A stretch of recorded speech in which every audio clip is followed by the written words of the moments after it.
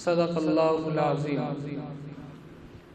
میرے محترم بزرگوں اور دوستوں، دینی اور ایمانی بھائیوں،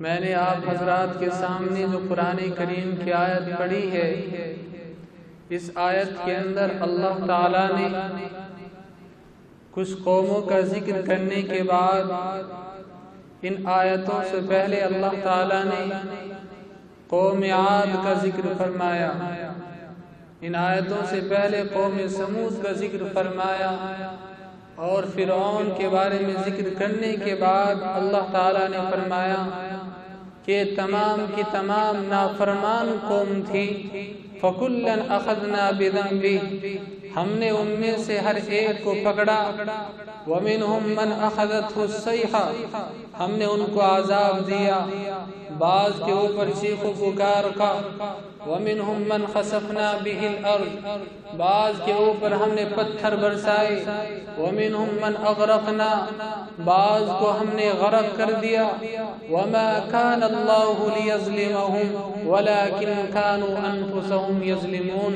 آگے اللہ تعالیٰ نے اپنا قانون بیان فرمایا کہ سب جو ہم نے کیا ہے یہ اللہ نے ان کے اوپر ظلم نہیں کیا، وَلَكِنْ كَانُوا أَنفُسَهُمْ يَظْلِمُونَ، بلکہ وہ تمام کی تمام قوم خود اپنے نفسوں کے اوپر ظلم کرنے والی تھی۔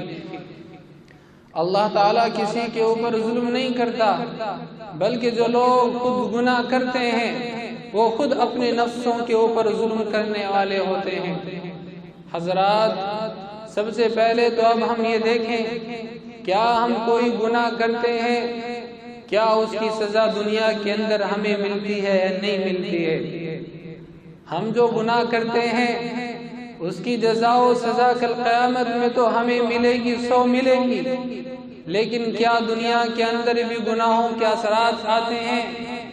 میرے بھائی، ہم ذرا اس کو دیکھیں، ہم جو بھی گناہ کرتے ہیں یقیناً ان کے اثرات ہماری زندگی کے اوپر رونما ہوتے ہیں۔ بعض گناہ ایسے ہوتے ہیں جن کو ہم اجتماعی طور پر کرتے ہیں، پورا معاشرہ اس گناہ کے اندر، اس فتنے کے اندر مبتلا رہتا ہے، تو لہٰذا اللہ تعالیٰ اس کی سزا ہمیں اس شکل میں دیتے ہیں کہ اللہ تعالیٰ پوری قوم کو کہ وہ پکڑ بنا دیتے ہیں، اللہ تعالیٰ پوری قوم کی پکڑ فرماتے ہیں، اور اجتماعی طور پر اللہ تعالیٰ کا عذاب آتا ہے۔ اور اللہ تعالیٰ کا عذاب کس شکل میں آ جائے، اللہ کے عذاب کس کی شکل میں آ جائے، وہ طرح طرح کی شکلیں ہیں۔ کبھی اللہ تعالیٰ جب اجتماعی طور پر کسی کو سزا دیتا ہے تو اللہ تعالیٰ ان کے اوپر ظالم حکمران کو مسلط فرما دیتا ہے۔ اللہ کے نبی صلی اللہ علیہ وسلم کا فرمان سنے، فرمایا اللہ کے نبی صلی اللہ علیہ وسلم نے کہ تم جو ہے اچھائی کا حکم دیتے رہو، برائیوں سے روکتے رہو، حق کو حق کہتے رہو، باطل کو باطل کہتے رہو، معروف کو معروف کہتے رہو۔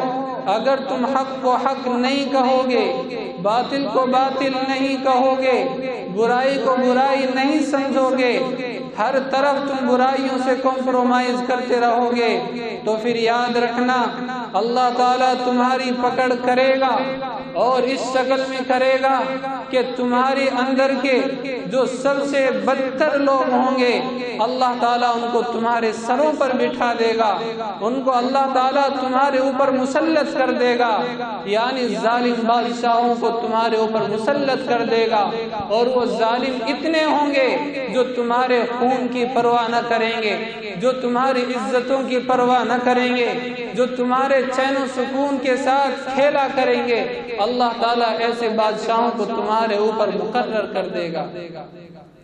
میرے بھائی، جب ہم حکومت کو برا کہتے ہیں اس سے پہلے ہم اپنے اعمال کا جائزہ لیں کہ ہمارے اعمال کیسے ہیں۔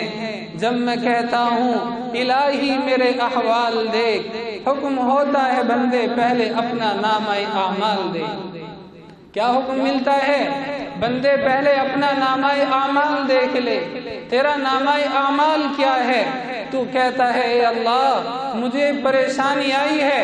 اللہ تعالیٰ نے اصول بیان فرمایا وَمَا أَصَابَكُم مِّن مُّصِيبَةٍ فَبِمَا كَسَبَتْ أَيْدِيكُمْ وَيَعْفُو عَن كَثِيرٍ، کہ تمہیں جو بھی مصیبت پہنچتی ہے، تمہیں جو بھی پریشانی لاحق ہوتی ہے، فَبِمَا كَسَبَتْ أَيْدِيكُمْ، یاد رکھنا وہ تمہارے ہاتھوں کی کرنی ہے، وہ تمہارے گناہوں کی سزا ہے۔ اور یہ تو وَيَعْفُو عَن كَثِيرٍ، اللہ تعالیٰ ہر گناہ کی سزا نہیں دیتا، بہت ساری غلطیوں کو اللہ معاف کر دیتا ہے، درگزر کرتا رہتا ہے۔ اس لیے میرے بھائی جب ہم دیکھیں کوئی ظالم بادشاہ ہمارے اوپر ظلم کر رہا ہے تو وہ وقت آپس میں محاسبہ کرنے کا ہے، وہ وقت آپس میں اجتماعیت کے ساتھ اللہ تعالیٰ سے توبہ کرنے کا ہے اور غور کرنا ہے کہ وہ کون سا گناہ ہے کہ جس کی وجہ سے اللہ تعالیٰ پوری قوم کی پکڑ کر رہا ہے، اللہ تعالیٰ پوری قوم کو آزما رہا ہے۔ اس لیے میرے بھائی آج کا وقت بھی ہمارے لیے ایسا ہی ہے، ہمیں سوچنا ہے، غور کرنا ہے کہ ایسا وہ کون سا گناہ ہے کہ چاروں طرف مسلمانوں کے اوپر ظلم و زیادتی ہو رہی ہے، مسلمانوں کا خون بکھرا ہوا ہے۔ آپ کسی بھی ملک کے اندر جا کر کے دیکھیں حالات بڑے سنگین ہیں۔ تو اس لیے میرے بھائی آج ہمیں یہ محاسبہ کرنا ہے وہ کون سا گناہ ہے کہ جس کی وجہ سے اللہ کا عذاب آتا ہے۔ ایک مرتبہ اللہ کے نبی صلی اللہ علیہ وسلم سے ایک صحابی نے عرض کیا اے اللہ کے نبی صلی اللہ علیہ وسلم، اللہ کی پکڑ کن گناہوں کی وجہ سے آتی ہے؟ یہ بستیاں تباہ کیسے ہوتی ہیں؟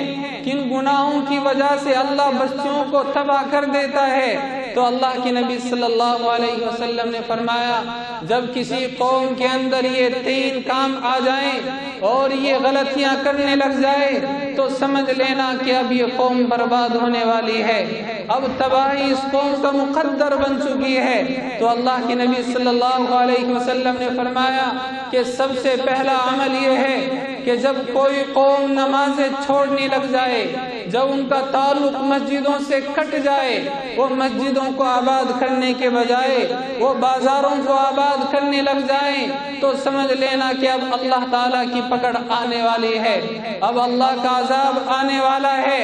اب ہم اپنے اوپر غور کر کے دیکھیں، آج ہمارے لیے، آج ہمارے پاس سب کے لیے وقت ہے، لیکن اس رب کے لیے ہمارے پاس وقت نہیں ہے۔ آج ہم دوستوں کے ساتھ کئی گھنٹے گزار دیتے ہیں، لیکن اس رب کے لیے وقت نہیں ہے۔ بیوی بچوں کے ساتھ کئی گھنٹے ضائع کر دیتے ہیں، لیکن رب کے لیے ہمارے پاس وقت نہیں ہے۔ اے انسان، تو کسی کا وفادار ہو یا نہ ہو، کیا تو اس رب کا بھی وفادار نہیں ہے جس نے تیرے اوپر اتنے انعامات نازل کیے، جس نے اللہ تعالیٰ نے ہمارے اوپر اتنے احسانات کیے؟ فرمایا اے میرے بندو وَإِن تَعُدُّوا نِعْمَةَ اللَّهِ لَا تُحْصُوهَا، اگر تم نعمتوں کو گننا بھی چاہو گے تو تم میری نعمتوں کو شمار نہیں کر سکتے۔ کیا ہمارے پاس اس رب کے لیے سجدہ کرنے کا بھی ہمارے پاس وقت نہیں ہے؟ میرے بھائیوں ذرا غور کرنے کا مقام ہے۔ تو اللہ کے نبی صلی اللہ علیہ وسلم نے فرمایا جب کوئی نماز چھوڑتا ہے تو پھر وہ برباد ہو جاتا ہے، وہ تباہ ہو جاتا ہے۔ ایک حدیث یاد آئی کہ ایک مرتبہ حضرت عیسیٰ علیہ السلام ان کا گزر کسی بستی سے ہوا۔ حضرت عیسیٰ علیہ السلام نے دیکھا کہ یہ بستی بڑی خوبصورت ہے، بڑے ہرے بھرے اس کے باغات ہیں۔ تو حضرت عیسیٰ علیہ السلام نے اس بستی کے اندر 3 دن قیام فرمایا۔ 3 دن قیام کرنے کے بعد آگے چلے گئے۔ 3 سال کے بعد حضرت عیسیٰ علیہ السلام واپس لوٹے تو آ کر کے دیکھا کہ وہ بستی جو بڑی خوبصورت تھی، جو بڑی ہری بھری اچھے باغات جس کے اندر تھے، دیکھا کہ وہ بستی برباد ہو چکی ہے۔ اس بستی کے اندر اب انسان تو انسان، اب جانور بھی وہاں پر نہیں ہے۔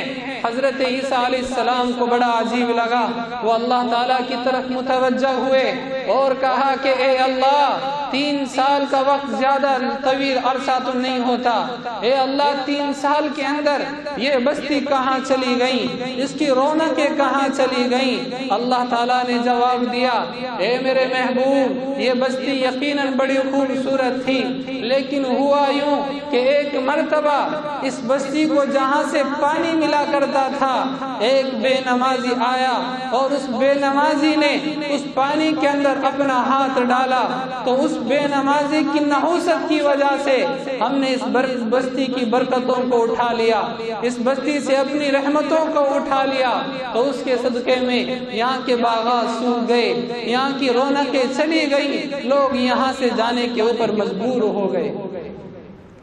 میرے بھائیوں، اگر یہ بات کسی لیڈر کی ہوتی تو ہم جھٹلا دیتے، اگر کسی عالم کی بات ہوتی تو شاید ہم نہ مانتے، لیکن یہ اس نبی کا فرمان ہے کہ جس کی زبان پر خدا بولتا ہے وہ وہی بولتے ہیں کہ جس کی ان کو وحی کی جاتی ہے۔ میرے بھائی ذرا غور کریں، جب ایک بے نمازی کی نحوست کی وجہ سے اللہ پوری بستی کے اوپر سے برکت اٹھا لے، تو اب بتلاؤ اس بستی کا عالم کیا ہوگا، اس گھر کا عالم کیا ہوگا، جس گھر کے اندر ماں بھی بے نمازی، جس گھر کے اندر باپ بھی بے نمازی، جس گھر کے اندر بیٹے بھی بے نمازی، بیٹیاں بھی بے نمازی، کیا اس گھر کے اندر اللہ کی رحمتیں آئیں گی؟ اللہ کی برکتیں اس گھر کے اندر آئیں گی؟ پھر کہتے ہیں کہ جی بڑی پریشانیاں ہیں، بچے نافرمان ہو گئے، بیوی نافرمان ہو گئی، سکون نہیں ملتا، نیندیں نہیں آتی۔ او میرے بھائیوں، ذرا میں بتلاؤں، اگر سکون چاہتے ہو، اگر اطمینان چاہتے ہو، آؤ میں تمہیں دعوت فکر دیتا ہوں۔ خدا کی قسم، اللہ کی عبادتیں کرو، سجدوں کو پابند بن جاؤ، اللہ تعالی ہماری مصیبتوں کو دور کر دے گا، اللہ ہماری پریشانیوں کو دور کر دے گا۔ دنیا کی کوئی پریشانی ایسی نہیں ہے جو نماز کے ذریعے سے ختم نہیں ہو سکتی، اور دنیا کی کوئی سی نعمت ایسی نہیں ہے جو نماز کے ذریعے سے ہمیں حاصل نہیں ہو سکتی۔ جب نماز کے ذریعے سے خدا مل جاتا ہے تو نماز کے ذریعے سے کیا نہیں مل سکتا؟ کیا خدا سے بڑھ کر کے بھی کوئی چیز ہو سکتی ہے؟ میرے بھائیوں، جب بندہ، اللہ کے نبی صلی اللہ علیہ وسلم نے فرمایا کہ جب بندہ نماز پڑھتا ہے تو اللہ تعالیٰ سے بات کرتا ہے، وہ اللہ تعالیٰ سے ہم کلام ہوتا ہے۔ آج ہم میں سے کوئی شخص کسی ایم پی سے مل کر کے آ جائے، کسی بڑے آدمی سے مل کر کے آ جائے تو ہم بڑے خوش ہوتے ہیں، ارے ان کی اوقات کیا ہے؟ اے مسلمان، تیرا مقام ہوا ہے جب تو نماز کے لیے کھڑا ہوتا ہے تو تو ڈائریکٹ اللہ تعالیٰ سے بات کرتا ہے۔ حضرت علی رضی اللہ عنہ فرماتے ہیں، جب میرا دل چاہتا ہے میں اللہ تعالیٰ سے بات کروں تو میں نماز پڑھنے لگتا ہوں، اور جب میرا دل چاہتا ہے کہ اللہ مجھ سے بات کرے تو میں قرآن کریم کی تلاوت شروع کر دیتا ہوں، گویا کہ اللہ تعالیٰ مجھ سے بات کرتے ہیں۔ کتنا بڑا مقام ایک مسلمان کا ہے، اے مسلمان، لیکن افسوس ہے ہم اس نماز کو چھوڑتے ہیں جو نماز ہمیں رب سے ہم کلام کرا دے، ہم اس نماز کو چھوڑ رہے ہیں جو نماز ہمیں اللہ کا دوست بنا دے، جو ہمیں ہماری مشکل کشا ہے، جو اللہ تعالیٰ سے مانگنے کا ذریعہ ہے۔ آج ہم اس نماز کو چھوڑ رہے ہیں، اب اس کا نتیجہ یہ ہوا آج ہر کوئی پریشان ہے۔ جب تک مسلمان نمازوں کے پابند رہے تب تک ساری دنیا پریشان رہتی تھی، لیکن مسلمان پریشان نہیں رہتا تھا۔ اس لیے میرے بھائی، اگر پریشانیوں کو دور کرنا ہے تو نمازوں کے پابند بن جائیں۔ آج ہم دیکھتے ہیں یہ اتنی بڑی بڑی مسجدیں بن گئیں، پورا ہفتہ یہ خالی رہتی ہیں، خالی جمعے کے دن ہم مسجد کے اندر آ جاتے ہیں۔ یہ تو عیسائیوں کا طریقہ تھا کہ پورے ہفتے دور رہنا اور سنڈے کو آ کر کے عبادت کر لینا، سنڈے کو آ کر کے حاضری دینا دے دینا۔ آج مسلمان عبادتوں کے اندر بھی غیروں کی رسموں کو ادا کرنے لگے۔ یہودی عیسائی وہ سنڈے کو آتے ہیں، سیٹرڈے کو آتے ہیں اور آ کر کے حاضری دے کر کے چلے جاتے ہیں۔ یہی حال آج میرا اور تمہارا ہے، پورا ہفتہ ہم مسجد سے دور رہتے ہیں، خالی جمعے کے دن ہم مسجد کے اندر آتے ہیں۔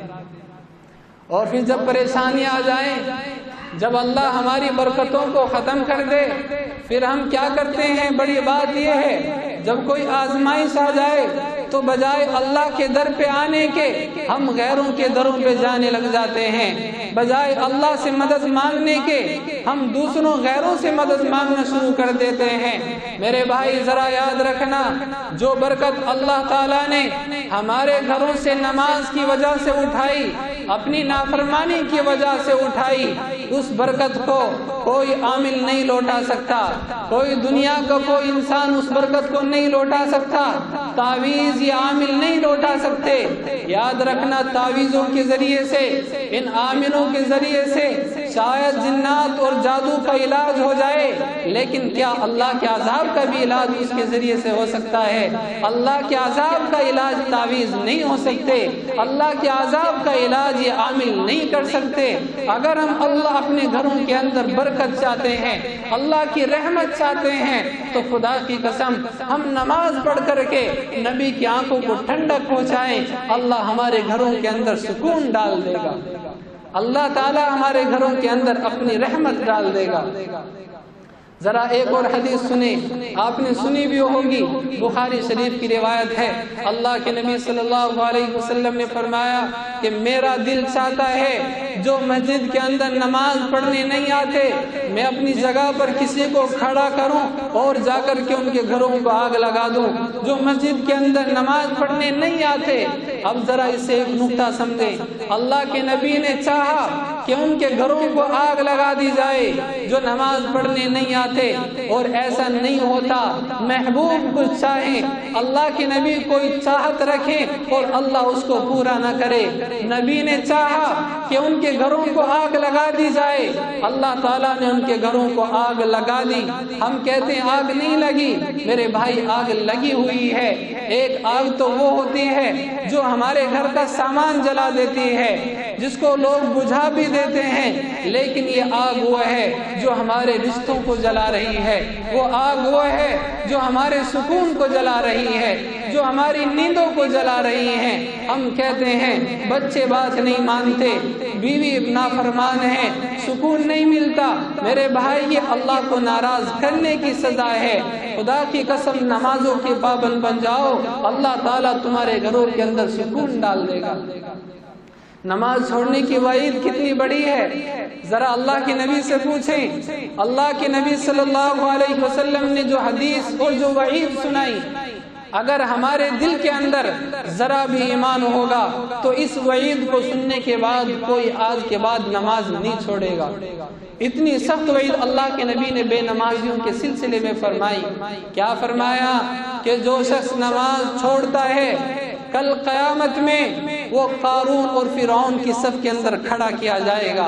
اللہ کے دشمن جس صف کے اندر کھڑے ہوں گے کل قیامت میں بے نمازی ان کی صف کے اندر کھڑا کیا جائے گا۔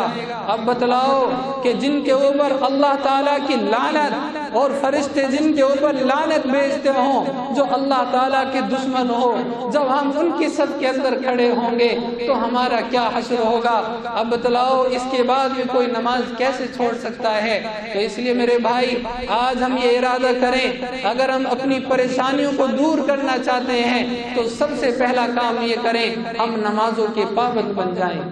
تو اللہ کے نبی نے کیا فرمایا کہ جب کوئی قوم نمازیں چھوڑنے لگ جائے تو اللہ تعالیٰ اس کی پکڑ فرماتا ہے۔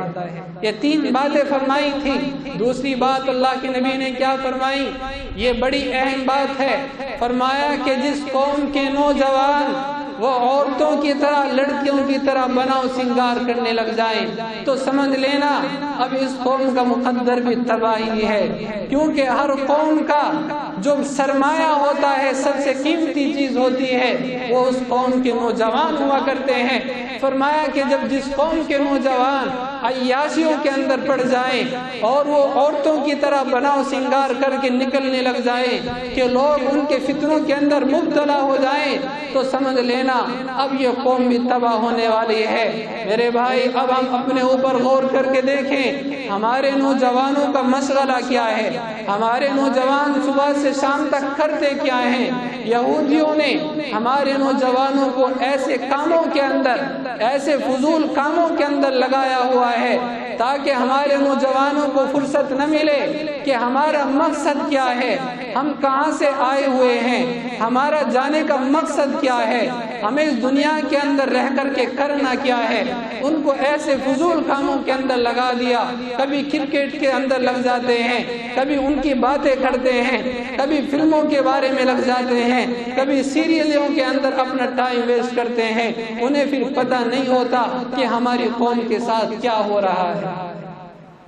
میرے بھائی، آج ہم غور کر کے دیکھیں اپنے نوجوانوں کے اوپر، عجیب حالات ہیں، وہ اپنے آپ کو اچھا بنانے کی کوشش کر رہے ہیں، وہ ایسا بناتے ہیں، وہ عورت کی طرح بننا چاہ رہے ہیں۔ اللہ کے نبی کی حدیث سنیں، اللہ کے نبی صلی اللہ علیہ وسلم نے فرمایا کہ ایک زمانہ آئے گا کہ مرد عورتوں کی طرح بناؤ سنگار کیا کریں گے، عورتیں مردوں کی طرح بناؤ سنگار کیا کریں گی، اور فرمایا لعن اللہ المتشبہین من الرجال بالنساء والمتشبہات من النساء بالرجال۔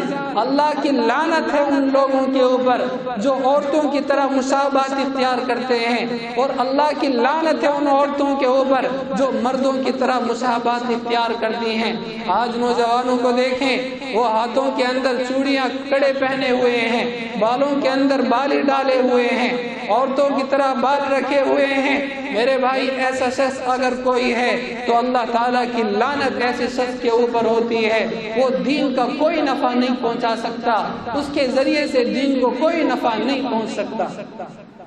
تو میرے بھائی، ہمارے اوپر جو آزمائشیں آئی ہوئی ہیں، ایک دوسری وجہ یہ بھی ہے کہ ہمارے نوجوانوں کا بگاڑ، ہمارے نوجوانوں کے مقصد صحیح نہیں ہے، ان کو پتہ نہیں ہے کہ ہمارے اوپر دین کا کیا احکامات ہیں اور کیا حقوق ہیں۔ میرے بھائی، نوجوانوں کی عبادت اللہ تعالیٰ کو بڑی پسندیدہ ہے۔ اللہ کے نبی صلی اللہ علیہ وسلم نے فرمایا انا حبیب اللہ، میں اللہ کا حبیب ہوں، اور فرمایا الشاب التائب حبیب اللہ، جو نوجوان جوانی کے اندر توبہ کرتا ہے وہ بھی اللہ کا حبیب ہوتا ہے، وہ بھی اللہ کا محبوب کہلاتا ہے۔ اس لیے نوجوانوں، میں آپ سے درخواست کرتا ہوں، ہم جو ہیں ابھی سے اللہ کے محبوب بن جائیں، ہم اپنے مقصد کو پہچانیں۔ کل قیامت میں اللہ تعالی ہم سے سوال کرے گا، کئی سوال ہوں گے، اپنے سامنے سے اللہ ہٹنے نہ دے گا۔ اللہ پوچھے گا ان عمری فیما افناہ، اے میرے بندے، میں نے تجھے زندگی دی تھی، تو نے اس زندگی کو کہاں پر خرچ کیا، تو نے اس زندگی کو کہاں پر لگایا۔ دوسرا سوال ہوگا، اے بندے، میں نے تجھے جوانی دی تھی، تو نے اس جوانی کا کیا استعمال کیا؟ کہیں ایسے ہی آوارگی کے اندر تو اس کو ضائع نہ کر دیا، کہیں ایسے ہی چوراہوں کے اوپر کھڑے ہو کر کے اپنی زندگی کو نہیں تو گزار کر کے آ گیا۔ اور بڑے میرے بھائی، جب اللہ پوچھے گا ہم اسے کیا جواب دیں گے؟ اے اللہ، تیری نافرمانیوں کے اندر ہم زندگی گزار کے آئے، تیرے نبی کے طریقوں کی بغاوت کر کے ہم زندگی گزار کر کے آئے، اب بتلاؤ ہم کیا جواب دیں گے؟ اور بڑے خوش نصیب ہوں گے وہ جوان جو کہیں گے اے اللہ، تیری دی ہوئی جوانی کو ہم نے تیرے سجدوں کے اندر گزارا، یا اللہ راتوں کی عبادت کے اندر گزارا۔ اے مسلمان نوجوان، جب تک تم نمازی تھے، جب تک سجدہ تمہارا شوق تھا، جب تک تمہارے تعلقات مساجد کے ساتھ تھے، تب تک تم نے بڑے بڑے کام کیے۔ آپ تاریخ کو اٹھا کر کے دیکھیں، محمد ابن قاسم، انہوں نے کتنا بڑا کام کیا۔ وہ کوئی ہماری طرح نہیں تھے، لیکن بڑی عمر والے بھی نہیں تھے، چھوٹی سی عمر کے اندر اللہ تعالیٰ نے ان کے ذریعے سے ہند اور سندھ کو فتح فرمایا۔ سعد بن ابن ابی وقاص رضی اللہ تعالیٰ عنہ وہ فرماتے ہیں کہ ابھی میرے چہرے کے اوپر داڑھی کے بال بھی نہیں آئے تھے اور میں اللہ کے نبی کے ساتھ جنگ بدر کے اندر شریک ہوا۔ ارے وہ بھی نوجوان تھے، اور آج ہم بھی جوان ہیں، آج ہم دیکھیں ہمارا حال کیا ہے اور وہ کیسے نوجوان ہوا کرتے تھے۔ اس لیے میرے بھائی، اگر ہم اپنے اوپر سے مصیبتوں کو دور کرنا چاہتے ہیں، تو پہلا وہ عمل کرے جو اللہ کے نبی نے فرمایا، نمازوں کے پابند بنے۔ دوسرا، نوجوان اپنے اوپر غور کریں کہ ہماری زندگیوں کے رخ کدھر ہیں، ہم کدھر جا رہے ہیں، یہ راستہ صحیح نہیں ہے، ہم اس راستے پر چلیں جو نبی کریم صلی اللہ علیہ وسلم ہمیں بتلا کر کے گئے، ہم ان کی سنتوں سے پیار کریں۔ تو اللہ کے نبی نے کیا فرمایا کہ 3 وجہوں سے بستیاں برباد ہوتی ہیں۔ پہلا، نمازوں کا چھوڑنا، دوسرا قوم کے نوجوانوں کا بگڑنا، اور تیسرا عورتوں کی بے حیائی۔ فرمایا کہ جس قوم کی عورتیں بے حیا ہو جائیں، اب سمجھ لینا وہ معاشرہ بھی تباہ ہونے والا ہے، وہ معاشرہ بھی اب برباد ہونے والا ہے۔ حیا اللہ تعالیٰ کو بڑی پسند ہے۔ اللہ کے نبی نے فرمایا، الحیاء شعبۃ من الایمان، کہ حیا ایمان کا ایک بڑا حصہ ہے۔ اگر حیا نہ رہی تو یاد رکھنا پھر ایمان بھی نہیں رہے گا۔ تو اس لیے آج ہم دیکھیں، جب ہم نے آنکھیں کھولی تو حیا کی چادر تار تار ہو چکی تھی، آج حیا نظر نہیں آتی۔ آج بے حیائی اتنی عام ہو گئی کہ آج بے حیائی کو گناہ تصور ہی نہیں کیا جاتا، آج اس کو کوئی گناہ سمجھنے کے لیے تیار ہی نہیں ہوتا۔ یہ سب یہودیوں کی چال ہے۔ یہودیوں نے ہمارے ہر طبقے کے انسان کے اوپر، وہ بچہ ہو، نوجوان ہو، وہ بوڑھا ہو، ہر ایک کو اپنے چنگل کے اندر پھنسایا ہوا ہے تاکہ ان کو پتہ نہ چلے کہ ہم کدھر جا رہے ہیں۔ اس لیے میرے بھائی، ہمیں اس گمراہی سے نکلنا ہے۔ میں بتلاؤں کہ جس قوم کی عورتیں بے حیا ہو جائیں تو اللہ کے نبی نے فرمایا کہ وہ معاشرہ بھی اب تباہ ہونے والا ہے۔ کیا فرمایا اللہ کے نبی صلی اللہ علیہ وسلم نے کہ ایک زمانہ آئے گا کہ عورتیں لباس پہننے کے باوجود بھی ننگی ہوں گی۔ کتنے دن پہلے اللہ کے نبی نے یہ حدیث ارشاد فرمائی کہ النساء کاسیات عاریات، کہ وہ لباس پہننے کے باوجود بھی ان کے اندر ننگا پن ہوگا۔ میرے بھائی، آج ہم اس حدیث کو غور کریں تو صاف طور سے ہمیں وضاحت کے ساتھ ملتا ہے کہ آج کی خواتین کے جو لباس ہیں یا تو اتنے باریک ہیں کہ اندر سے جسم چھلکتا ہے، یا وہ اتنے چھوٹے ہیں کہ مکمل جسم نہیں چھپتا ہے، یا وہ اتنے ٹائٹ ہیں کہ ہمارے جسم کی شناخت، ان کے جسم کی شناخت نظر آتی ہے۔ تو اللہ کے نبی نے فرمایا کہ ایسی عورتیں جو لباس پہننے کے باوجود بھی ننگی ہوں گی اور اپنے جسم کی نمائش کریں گی، فرمایا کہ وہ جنت کی خوشبو سے بھی محروم ہو جائیں گی۔ اور جنت کی خوشبو وہ 70 سال کے 70,000 سال کے سفر سے دور سے ہی خوشبو آ جاتی ہے۔ فرمایا کہ وہ اس کی خوشبو تک بھی وہ پہنچ نہیں سکتی۔ میرے بھائی، اس لیے اگر ہم اپنی حفاظت چاہتے ہیں، ایسا ایک فتنے کا دور آنے والا ہے، آ رہا ہے، اگر ہم اس کے اندر بچنا چاہتے ہیں تو ہم یہ 3 کام کریں۔ ایک تو نمازوں کے پابند بنے، دوسرے ہم نوجوان جو ہیں وہ فکر کریں، اللہ تعالیٰ کے ساتھ تعلق بنائیں اور اپنی جوانی کو دین کے اوپر ضائع کریں، لگائیں، اور تیسرا جو ہے ہماری جو عورتیں ہیں ہم ان کے اوپر غور کریں۔ شریعت نے جو انہیں تعلیم دی ہے ان کو وہی کام کرنے چاہیے۔ آج یہودیوں نے عورتوں کو 2 ایجنڈے دیے، کہا کہ تم اعلان کرو کہ ہم مردوں کے برابر ہیں، اور کہا کہ دوسرا اعلان یہ کرو کہ ہمیں آزادی چاہیے، ہمیں گھروں کے اندر نہیں رہنا، اور آواز اٹھاؤ کہ اسلام ہمارے اوپر ظلم کرتا ہے۔ میرے بھائی، کیا اسلام کسی کے اوپر ظلم کر سکتا ہے؟ اسلام نے تو عورتوں کے اوپر وہ احسانات کیے۔ اللہ اکبر، اسلام کے آنے سے پہلے عورت کو انسان تصور ہی نہیں کیا جاتا تھا۔ اسلام کے آنے سے پہلے لڑکیوں کو زندہ درگور کیا جاتا تھا، اور جس گھر کے اندر بچی پیدا ہوتی اس کو بڑا منحوس سمجھا جاتا تھا۔ اور ہمارے ہندوستان کی بھی مثال ہے کہ یہاں پر ایک عجیب رسم تھی کہ اگر کسی کے شوہر کا انتقال ہو جائے تو اس کی بیوی کو بھی ستی کیا جاتا تھا، یعنی بیوی کو بھی ساتھ کے ساتھ مر جانا پڑتا تھا۔ میرے بھائی، اسلام آیا کہ تمہاری ماؤں کے قدموں کے نیچے تمہاری جنت ہے۔ فرمایا اگر بیٹی ہے تو فرمایا کہ اگر تمہارے یہاں 2 بیٹے ہو جائیں تو جنت کی ضمانت میں لیتا ہوں۔ تو بتلاؤ، اسلام نے عورتوں کو عزت دی یا اسلام نے عورتوں کو قید کیا ہے؟ اور اسلام نے تعلیم دی عورتوں کے بارے میں کہ وہ گھروں کے اندر رہیں۔ آج ہم اس کا الٹا دیکھتے ہیں، عورتیں ہر جگہ نظر آتی ہیں، بازاروں کے اندر، چوراہوں کے اندر، پارکوں کے اندر، لیکن عورت کو جہاں رہنا چاہیے وَقَرْنَ فِي بُيُوتِكُنَّ، گھروں کے اندر عورتیں نظر نہیں آتی۔ اس کا بڑا نقصان کیا ہوا؟ بڑا نقصان یہ ہوا کہ گھر کا ادارہ تباہ ہو گیا، گھر کے اندر سے جو نفع پہنچنے چاہیے تھے وہ ختم ہو گئے۔ اس کے بڑے نقصان یہ ہوئے، عورت گھر کے اندر سے باہر چلی گئی، وہ اور مرد کے شانہ بشانہ کام کرنے لگی۔ اب بچوں جو آنے والی نئی نسلیں تھیں ان کو جو تربیت ملنی تھی، بچے ان تربیتوں سے محروم ہو گئے۔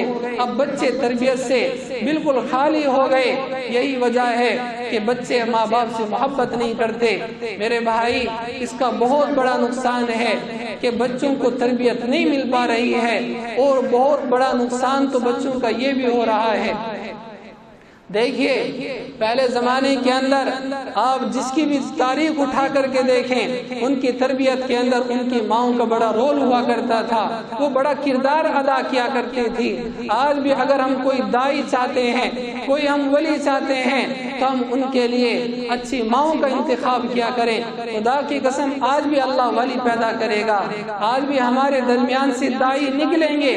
اس کے لیے سب سے پہلے ہے کہ ہم ان جیسی ماؤں کا انتخاب کریں جس سے آنچل بھی نہیں سر کا سنبھالا جاتا، اس سے کیا خاک تیرے گھر کی حفاظت ہوگی۔ تو اس لیے میرے بھائی، آج جو ہمارے حالات خراب ہیں تو اس سے پہلے ہمیں اپنے اعمال کا محاسبہ کرنا چاہیے کہ ہمارے اعمال کیا ہیں، اس کے بعد ہم حکومت کو برا کہنا شروع کریں۔ اللہ کے نبی صلی اللہ علیہ وسلم نے فرمایا اعمالکم اعمالکم، کہ تمہارے اعمال ہی تمہارے حاکم اور بادشاہ ہوا کرتے ہیں۔ جیسے تم اعمال کرو گے اللہ ویسے ہی تمہارے اوپر حاکم مسلط کر دے گا۔ تو اس لیے ہم اس کے اوپر غور کریں، اور یاد رکھنا حکومت کتنا بھی برا چاہے، کتنا بھی ہمیں نقصان پہنچانا چاہے، حکومت نقصان نہیں پہنچا سکتی جب تک ہمارا یقین اللہ کے ساتھ ہوگا، جب تک ہمارا تعلق اللہ کے ساتھ ہوگا۔ قُلْ مَنْ بِيَدِهِ مَلَكُوتُ كُلِّ شَيْءٍ وَهُوَ يُجِيرُ وَلَا يُجَارُ عَلَيْهِ، جس کے اوپر اللہ سایہ کر لیتا ہے، ساری دنیا مل کر کے سایہ ہٹانا چاہے، ہمارا ایمان ہے کہ اس سے سایہ نہیں ہٹا سکتے۔ جس کو اللہ عزت دے دے، ساری دنیا مل کر کے اسے ذلیل کرنا چاہے، وہ ذلیل نہیں ہو سکتا۔ ہمارا ایمان یہی ہے، ہمیں کوئی نقصان نہیں پہنچا سکتا۔ اگر ہمیں نقصان پہنچا ہے وہ ہماری خود ہی کرنے نے نقصان پہنچایا ہے، ہمارے برے اعمال نے ہمیں نقصان پہنچایا ہے۔ اللہ کے نبی صلی اللہ علیہ وسلم نے فرمایا کہ مسلمان کبھی بھی مغلوب نہیں ہو سکتے، لیکن ایک مرتبہ فرمایا، دیکھو قرآن کریم کے اندر فرمایا وَأَنْتُمُ الْأَعْلَوْنَ إِن كُنتُم مُؤْمِنِينَ، اگر تم مومن رہو گے تو تم ہی ہر جگہ پر بلند رہو گے اور تم ہی غالب رہو گے۔ اگر تم پکے سچے مومن نہ رہے تو تم مغلوب ہو جاؤ گے، تم کمزور ہو جاؤ گے۔ آج وہی ہے، ہم صرف نام کے مسلمان ہیں، ہم صرف رسمی مسلمان ہیں، ہم صرف گوشت کھانے والے مسلمان ہیں، پکے سچے ہم مسلمان نہیں ہیں۔ ہمارا عقیدہ اچھا نہیں، جو اللہ کے نبی نے، اللہ تعالیٰ نے جس عقیدے کو چاہا وہ عقیدہ ہمارا نہیں، نمازوں کے ہم پابند نہیں، ہم اپنے اعمال کو اچھا بنا لیں، خدا کی قسم اللہ تعالیٰ ہمیں باعزت کرے گا، پوری دنیا کے اندر ہم باعزت ہو کر کے رہیں گے۔ تو ہماری جو ہے کامیابی حکومت کی ہار جیت کے اندر نہیں ہے، ہماری کامیابی اپنے آپ کو بدلنے میں ہے۔ ہم اپنے آپ کو اچھا بنائیں، ہر اعتبار سے، اخلاق کے اعتبار سے، علم کے اعتبار سے، ہر اعتبار سے ہم آپس میں ایک دوسرے کی مددگار بنیں، ایک دوسرے کی مدد کرنے والے بنیں۔ جو غریب طبقے ہیں ہم ان کی مدد کریں، جو ہماری مساجد مدارس ہیں، جو ہمارے ایمانوں کو باقی رکھنے کے قلعے ہیں، ہم ان کو مضبوط کریں۔ اس کے بعد دیکھنا انشاءاللہ اللہ تعالی ہمیں عزت دے گا، ہماری آنے والی نسلوں کے ایمانوں کی بھی حفاظت ہوگی۔ ورنہ یاد رکھنا اگر ہماری زندگیاں ایسے ہی بیکار رہی تو پھر آنے والی نسلوں کا تو دور کی بات ہے، ہمارے ایمانوں کے لالے پڑ جائیں گے۔ تو اس لیے دعا کریں اللہ تعالی ہمیں سننے سے زیادہ عمل کرنے کی توفیق عطا فرمائے۔ اور اللہ تعالیٰ تمام مسلمانوں کو نمازی بنائے، دین کے داعی بنائے، دین کے مفکر بنائے، اور اللہ تعالیٰ ہمارے نوجوانوں کو خاص طور سے اللہ تعالیٰ غلط راستوں سے ہٹا کر دین کے راستے پر ان کو لے کر کے آئے، وہ دین کے بڑے بڑے کام کرنے والے بنے، جو بیمار ہیں اللہ ان کو شفا عطا فرمائے، اللہ تعالیٰ جو اللہ کے گھروں کی مدد کرتے ہیں اللہ تعالیٰ ان کے گھروں کی مدد فرمائے، اللہ تعالیٰ جب وہ اس دنیا سے چلے جائیں اللہ تعالیٰ اس کا ثواب ان کو قبر کے اندر جانے کے بعد بھی اللہ تعالیٰ ان کو پہنچاتا رہے۔ دعا کرے اللہ عمل کی توفیق عطا فرمائے۔